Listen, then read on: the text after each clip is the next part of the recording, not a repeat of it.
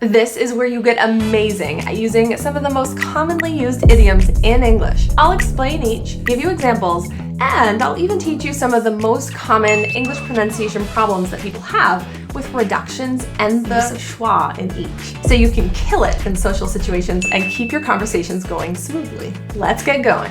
Fit as a fiddle. This means being in excellent physical condition. Despite his age, he's fit as a fiddle. He's still running marathons. As, are both function words. They're not really important words, they're reduced. So as, the vowel is reduced to a quick z. It's almost like saying just the Z sound. And becomes z. The T, since it's surrounded by vowels, becomes a flat T, and that's pronounced as a D sound. So now it sounds, instead of fit as a, fit as a. Get your act together. This means to get yourself a bit more organized and act a bit more responsibly. If you want to succeed, you have to start getting your act together. Take things a bit more seriously. Did you notice that when I said get your, something different happened here? Get your. There was an assimilation. And in this case, it's a T to a Y. If you hear this, you're going to actually hear a CH sound. Get your. Get your. Your. That vowel gets reduced to a quick little Get your. Get your. And act ends in a T and together starts with a T, but I'm not saying it 2 times. I'm actually saying it once. This is one of the tricks to linking in English. If you see 2 of the same sound right beside each other, just say it once. Act together. Get your act together. An arm and a leg. This means something is very expensive or costs a significant amount of money. Oh, I love that car. Costs an arm and a leg. Probably can't afford it. The word an is reduced to a quick little so the vowel kind of disappears a little. The word and, in quick connected English speech, often is pronounced as a quick little n as well. We're not saying and completely, but more of a Anarman. And the word a, or a, gets reduced to a schwa. A schwa just means a very quick neutral vowel. It's short, sweet, to the point. An arm and a leg. Caught between a rock and a hard place. This means being in a very difficult situation with no really easy solution to it. If I quit my job, I'll have no income, but if I stay, I'll be miserable. Caught between a rock and a hard place. Notice the word between. Native English speakers often pronounce a schwa sound, or in the words that start with be. So between, because, and before. They often sound more like an between. This helps speakers speak quickly, it helps them link, and it just makes pronunciation a bit simpler. It's cheating.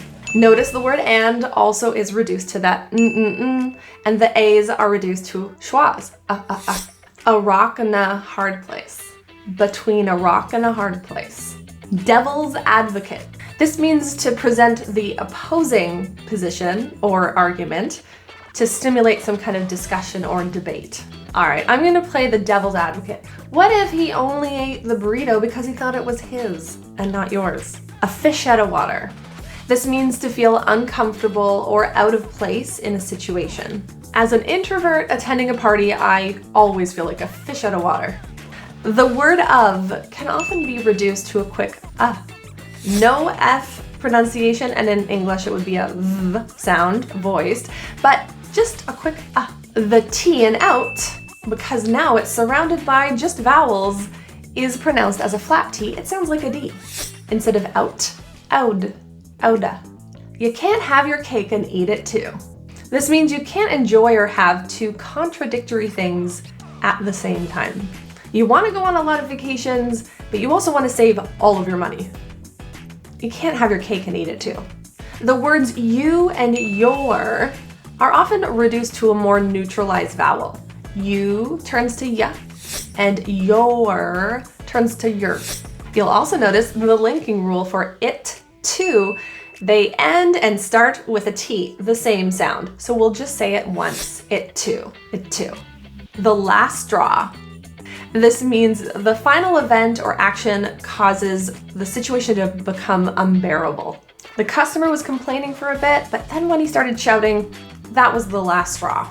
There is a cluster reduction in this phrase. That means when we have words that end in S and T, and then we have another consonant after. So last straw. There are a lot of consonants together, and it can become quite awkward for the mouth to produce. So what happens there is we drop the T in the S-T combination. Last turns to lass. Now the next word is straw. So we're starting and ending now with an S. So we are going to link that. So now it sounds like last straw, linking and reductions together. It takes two to tango. This just means that two parties are both responsible for either a conflict or a successful resolution. Well, they both contributed to the argument. It takes two to tango after all. The word to in this phrase, a lot of things are happening to it. The vowel is reduced to an or a schwa. Because it's unstressed and not very important, we really want to reduce the vowel. And the T in to turns to a flat T because there's a vowel in front and a vowel after. Kind of sounds like a D now, tuda, tuda. Adding fuel to the fire. This means that if you add or contribute to this problem, it's going to make it worse. She's kind of already upset. I think bringing that up will only add fuel to the fire. The words to and the, those vowels are going to be reduced to a schwa. A schwa is that neutral vowel. So instead of to and the, it becomes ta the, all in the same boat. This means that everyone is facing the same challenge or the same problem. Oh no, every one of us has to order the same item, but it's out of stock. We're all in the same boat. The words in and the, not important words creating a lot of meaning, so we're going to reduce both of those vowels. In becomes n, and the becomes the. Now remember, if you find any of these even remotely helpful for you, find that little thumbs up mitten hand guy, click him so that the algorithm knows that this wasn't a useless video and you kind of found some value out of it. Share it to someone you know and you think might find it valuable as well. And please write a comment below. Do you know of any others that I haven't mentioned here that you think are pretty fun and you hear often in North American English conversations? I'd love to hear them. At the drop of a hat. This means being ready and willing to do something immediately without any warning or hesitation. If you need me, I'll be there at the drop of a hat. The words of become really reduced. Obviously the A is reduced to and they're linked together. The T in at was never released. It slid right into the next word, the.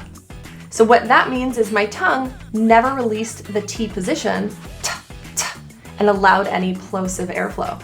At, it's kind of stopping there, and then my tongue is sliding into a TH position, at the, rather than at the. Back to the drawing board. This means starting over, going right back to the beginning because something didn't work out. Okay, our initial plan didn't work out. Let's just go right back to the drawing board. We'll fix this problem. We'll get it. Curiosity killed the cat. This means that being overly inquisitive can sometimes cause you a little trouble. I wouldn't ask too many questions about that. Remember, curiosity killed the cat. I don't know if we're talking to the mafia or something. I don't know in this situation. Words that end in ity are not pronounced as you'd expect. Itty, or even et. This is pronounced as uddy. So what's happening here? The I is reduced to a schwa, The T is surrounded by vowels, so it's pronounced as a flap, which is kind of like a D sound. Ud. It's a quick little flick of your tongue on the roof of your mouth with voice. Uddy. Curiosity. Don't count your chickens before they hatch. This means don't make assumptions about something that has not yet happened. Well, I haven't gotten paid for it yet, so I probably shouldn't spend the money yet. I don't want to count my chickens before they hatch. Down to the wire. This means reaching a deadline or a very crucial point in time. We were working on that project right down to the wire, but we got it finished on time. Notice to and the are reduced to tada. a drop in the bucket. This means a small or very insignificant amount compared to what's needed. The donations they received, it's amazing. I think they're really grateful, but I know it's just a drop in the bucket for what they need. The word in and the are both reduced. In is a really, really quick drop in, rather than drop in. The reduced to the, drop in the. Give the benefit of the doubt. This means believing someone's statement or something they're saying without any real proof or explanation. I know he came late, but I'll give him the benefit of the doubt. It was probably an important reason. Of and the are both reduced, so the becomes the. And of got reduced to other. So the F, or in this case a V pronunciation, was never even produced. Other. Go the extra mile. This means putting in additional effort above what would ever really be expected. If you really want to impress the boss, just go the extra mile. Show up a bit early and get the project done early. The A in extra, the A at the end, is reduced because it's part of the unstressed syllable. Extra. So that A is produced as an The word the is pronounced as a the instead of the because it is followed by a vowel in extra. When this happens, if you have a the with a vowel, it kind of sounds like we're adding a Y or a y sound. Yextra. And that is what's happening when you link. The extra. Hit the nail on the head. This means you've correctly identified the issue exactly. Wow, you guessed that exactly right. You hit the nail right on the head. Both of those thes are followed by consonants, so we're going to pronounce them as the rather than the. Keep your fingers crossed. This means you're hoping for a positive outcome or some good luck. I'm going for an interview tomorrow. Keep your fingers crossed for me for good luck. The word your is reduced to a quick your. And the ed in crossed, that ed is pronounced as a t. Crossed, rather than crossed. Off the top of my head. This means giving an answer without much thought or preparation. I can't give you the exact number off the top of my head, but I think it's around 50. The word the is reduced to a quick little the. And the word of is reduced to just the quick schwa sound as well. Top of my head. A penny for your thoughts. This means that you're asking someone to share their thoughts or opinions. You seem a little lost in thought. A penny for your thoughts? A is reduced to a quick schwa. For and your are both reduced to quick for your. Reducing the amount of movements for your tongue actually makes it quicker to pronounce and easier to link. You're in hot water. This means you're in trouble or you're facing some kind of consequence of your actions. If you even think of eating my other burrito, you're going to be in hot water. When you see a word contracted from you are to your or your, we actually reduce that vowel as well. So it will sound like you're, exactly like Y-O-U-R. The same pronunciation, your. The T in water is surrounded by vowels, so that is also pronounced as a flat T. Water, like a little D sound. Put the cart before the horse. This just refers to doing things in the wrong order, like in the wrong priority. You have to finish your research before you write the report. You can't put the cart before the horse. Native English speakers often pronounce a schwa sound, or in the words that start with be. So between, because, and before. They often sound more like an b. And if you've been searching for ways to improve your English pronunciation, it's something you've been struggling with, you're looking for resources, definitely check out my website. There you'll find access to links for my book, my audiobook, and my course. That's where I have over 440 amazing video lessons all compiled in a beautiful order for you.